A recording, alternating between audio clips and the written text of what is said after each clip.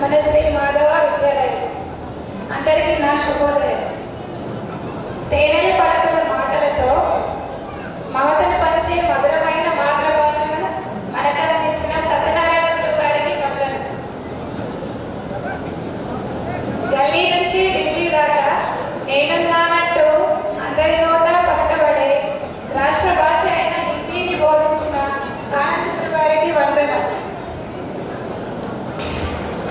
మాతృభాష ముద్దు, పరాయి భాష వద్దు అన్నా కానీ అభివృద్ధి బాటలో ముందుకు సాగాలంటే ఏ భాష కూడా అవసరం అనుకుని ఆంగ్ల భాషను నేర్పిన నాగేశ్వర సార్ గారికి గుర్తులేదు.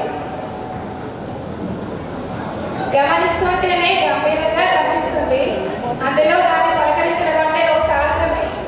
అలాంటి కఠినమైన లెక్కలను మనకు అర్థమయ్యే తీరులో అవలీలగా నేర్పించిన గణితం మాస్టర్ అయిన కాశీనాథ్ సార్ గారికి శతకోటి వందనాలు.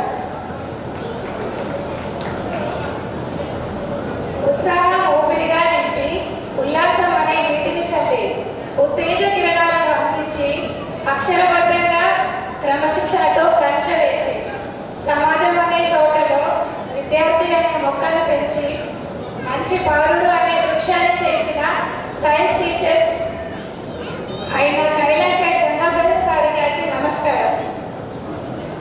ఆదియుగం నుంచి ఆధునిక కాలం వరకు ఎందరో వీరుల ధీరుల అనుభవ గుణపాఠాలను చరిత్ర పాఠాలుగా పేర్చి ఎన్నో సుగుణాలను చేసిన ప్రబోధకులు మన సోషల్ సార్ అయిన రామారావు సార్ గారికి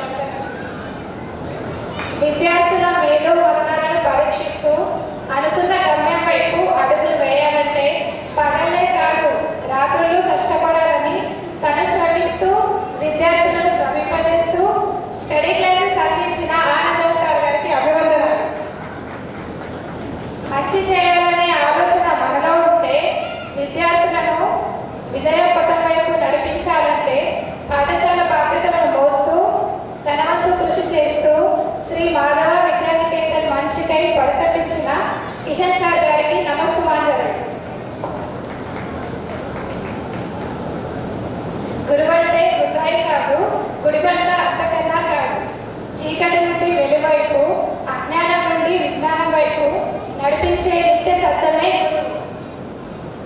అలాంటి గురువులందరికీ మరోసారి ఆ రోజుల్లోని ఆనందాలేనో, మరపురాని మధుర జ్ఞాపకాలేనో. ఉపాధ్యాయులను గౌరవిస్తూ స్నేహితులను ఆట పట్టించిన అల్లరితనాలేనో.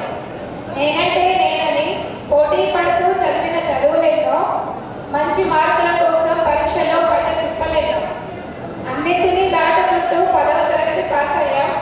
మంచి గురువులను స్నేహితులను మిస్ అయ్యాం.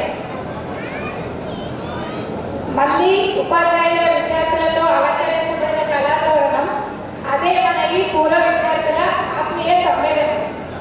Thank you.